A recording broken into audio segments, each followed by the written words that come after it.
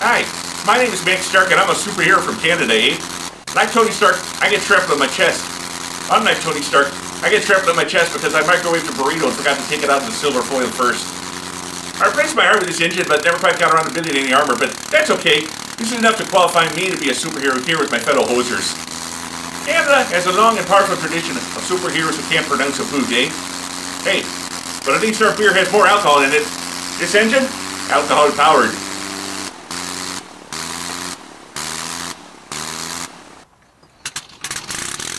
Oh, jeez. Oh, that's better. So if you want to be a superhero but just aren't up to the ultra-competitive American standards, get to Canada. We'll take anyone on our team, eh? Hey, we got 3 ex-Maple Leafs and a former Prime Minister. Enjoy the show, eh?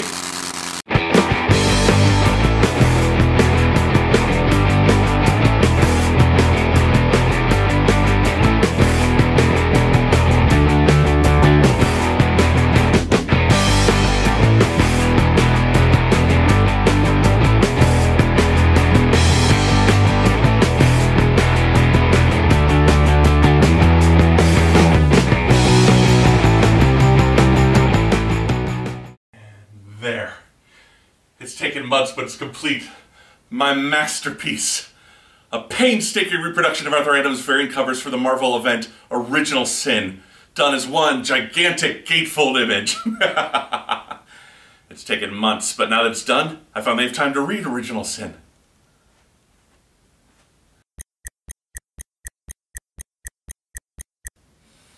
Oh, I've wasted my life. Hi everyone, welcome back to Comic Book Issues. I'm your host, The Last Angry Geek. Speaking of events, after the event Forever Evil, Jeff Johns announced he was abandoning his Justice League of America book, but the good folks at DC decided to relaunch it as Justice League Canada. No, really.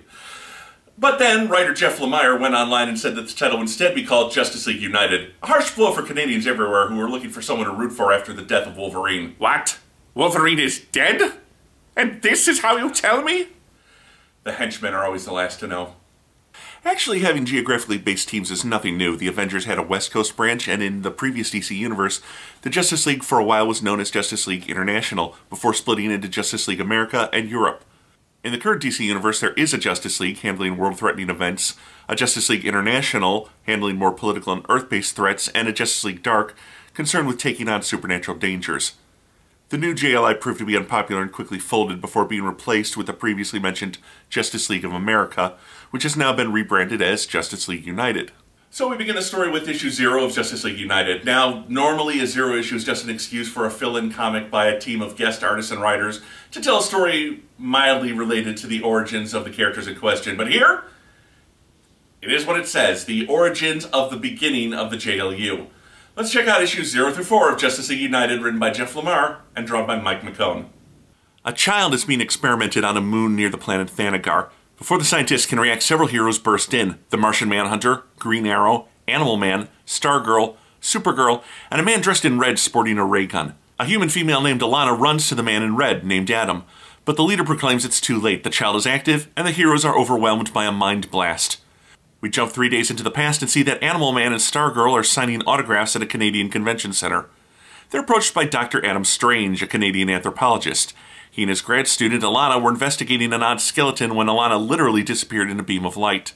As proof, Adam shows them a strange alien skull and a machine that causes Stargirl's cosmic rod to start glowing, and they briefly teleport to an alien planet, then back.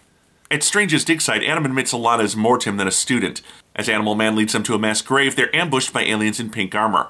While on Moose Factory Island, home of the Moose Cree First Nation, a young girl named Miabin is distracted. She heads to her grandmother's house to find it trashed with a stranger inside. He claims he knows her, and that only she can stop the coming of the Witigo. And when they pulled the Last Angry Geek from that fire, he looked just like this!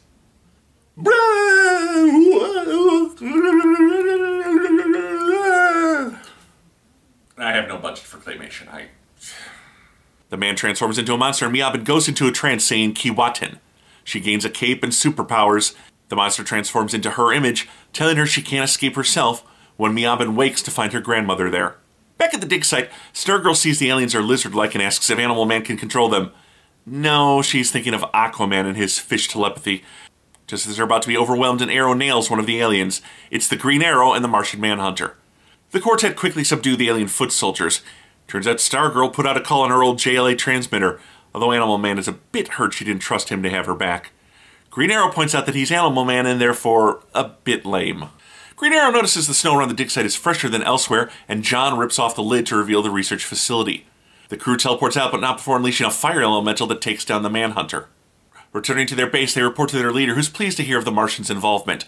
Lord Bith foresees no complications with the birth. In a prison cell, Alana is trying to rally the prisoners, but they're all intimidated by the man who's been sent to kill them, Lobo. Only one man will stand up to the Zarnian, Hawkman. As the two aliens throw down, Alana tries to escape with the other prisoners, only to be blocked by two guards. The League attacks the fire monster, who responds to Stargirl's blasts by transforming into rock and knocking Adam Strange down into the lab. He finds a set of spacesuits just waiting for him, but his lack of experience flying bites him in the posterior as he goes hurling off into the sky. As it switches from rock to electricity, John realizes that Stargirl's attacks are the only thing destabilizing the monster. He mentally probes the alien experiment, only to be attacked and absorbed by it before it runs off. Alana handles the guards the Earth way, with a kick to the nuts and a gun to the face. All right, USA, USA. Well, they're in Canada. Canada. Well, they're not. Earth, Earth, Earth. Alana is then shocked to find Adam waiting for her on the bridge. Down below, things are getting brutal in the fight when Lobo lops off Hawkman's arm. The Leaguers find Adam Strange and decide to fly after Stargirl, much to Green Arrow's chagrin. Courtney decides to fly into the alien in its new wind form and pulls the Martian out. They decide reasoning with it is out. Stargirl shoots it until it turns to wood, and the Manhunter smashes it. The others arrive and wonder if this means they're the Justice League. Before the monster can reconstitute itself, they are all transported to the planet Ron. Alana realizes this man is not Adam, as Lobo brings in a disarmed Hawkman. Sorry. The alien shapeshifter introduces himself as Bith, and Alana's DNA, indeed the DNA of all the prisoners here, has been used to create one perfect life form. Ultra, the multi-alien, future slayer of worlds. Miabin shows her friend Heather where she saw the heroes fighting. Heather thinks she's nuts. They don't have heroes in Canada. However, the skull-headed spirit from earlier manifests and causes Miabin to disappear. Animal Man and Adam recognize the planet as the same one they briefly teleported to at the convention center when Stargirl points out that the monster's back in its rock form. Arrows and strange alien abilities aren't enough to stop it, but a blast of heat vision is. Supergirl is here. Ladies, have you ever suffered from superhero costume embarrassment? Maybe it's that miniskirt the boys make you wear. Maybe it's the unsightly marks fishnet stockings leave on your legs. Hey, maybe you've just got a big hole over your bazonkers. Well, now the DCNU is here and sexy costumes are a thing of the past. For instance, in Supergirl's case, we got rid of the miniskirt and put in a red panty shield to draw attention away from her legs and towards her crotch, which no one could find sexist. Ladies, you're welcome.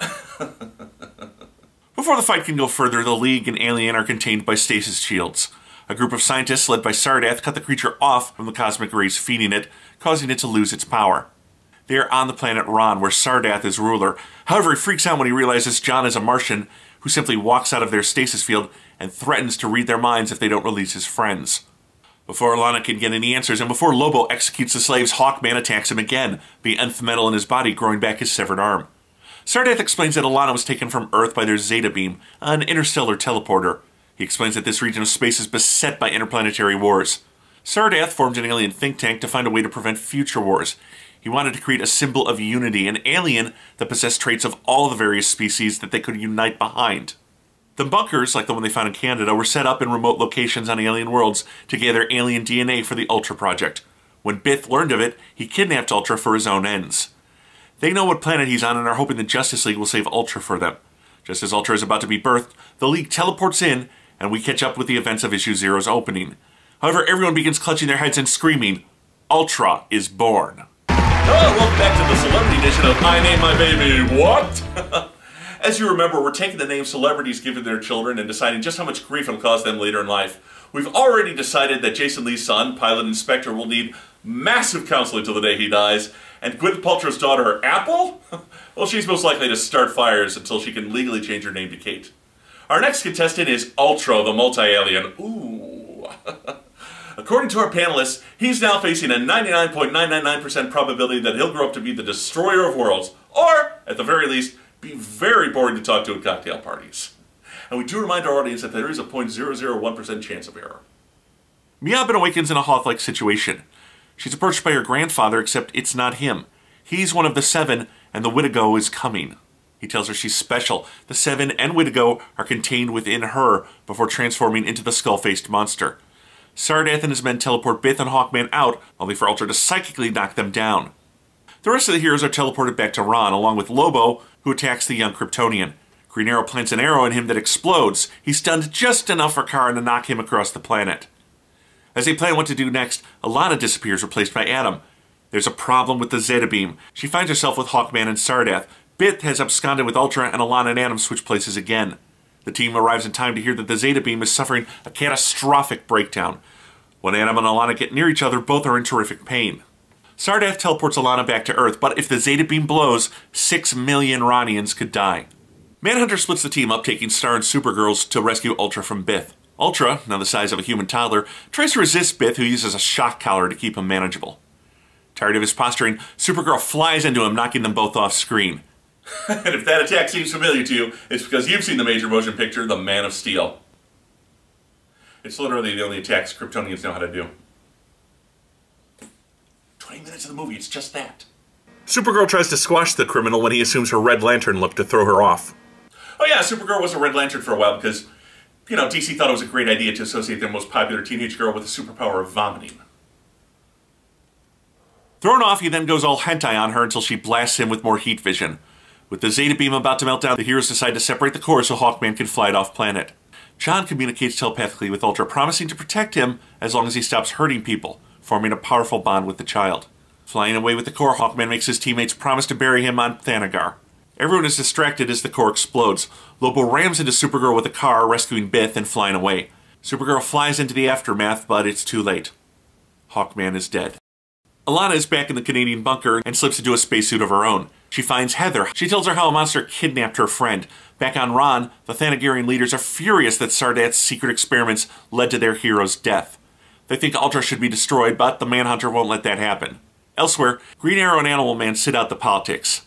Oliver offers his condolences to Buddy for the death of his son and riding him so hard. This could be the beginning of a beautiful friendship. Stargirl's trying to wrap her head around the whole space experience, but Supergirl tells her to grow up. It's the only way others will start taking her seriously. John then admits to Adam that he blames himself for Hawkman's death. Strange reassures him if he hadn't taken charge, there's no telling how many others might have died. It's small comfort.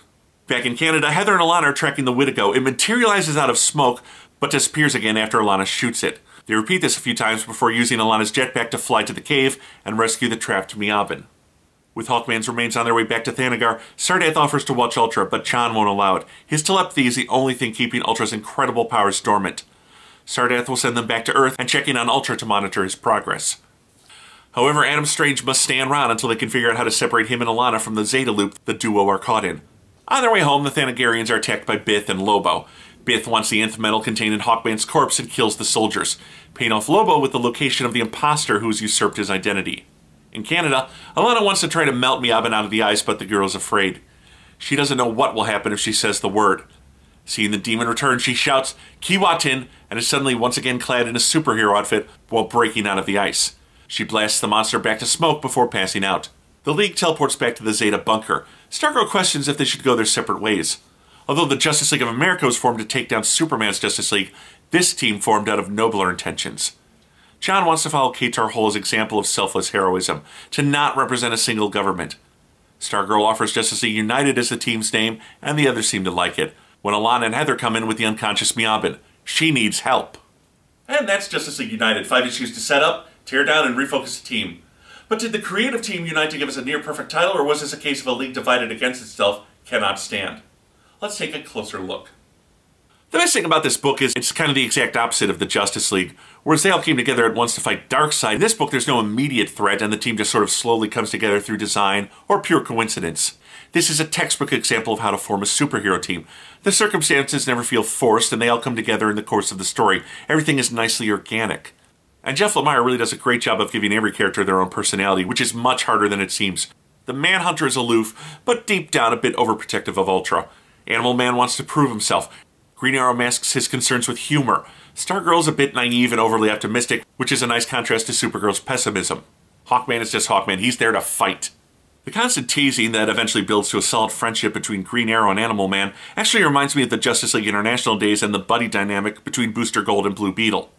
This is also the DCNU debut of Adam Strange, Alana, Ran, and all their mythology, and it's pretty well established. Instead of a man transported to an alien world for adventures, a la John Carter, here Alana is the source of much of the adventure. Adam is chasing after her as she's propelled to Ron. The Zeta Beam keeping the two apart rather than bringing them together was also a nice spin, and making Alana Adam's equal in every way is a great way to modernize things. The villains are okay. This is actually the first time I've liked the new version of Lobo, and they use this appearance to spin him off into his confrontation with the imposter Lobo in his own title.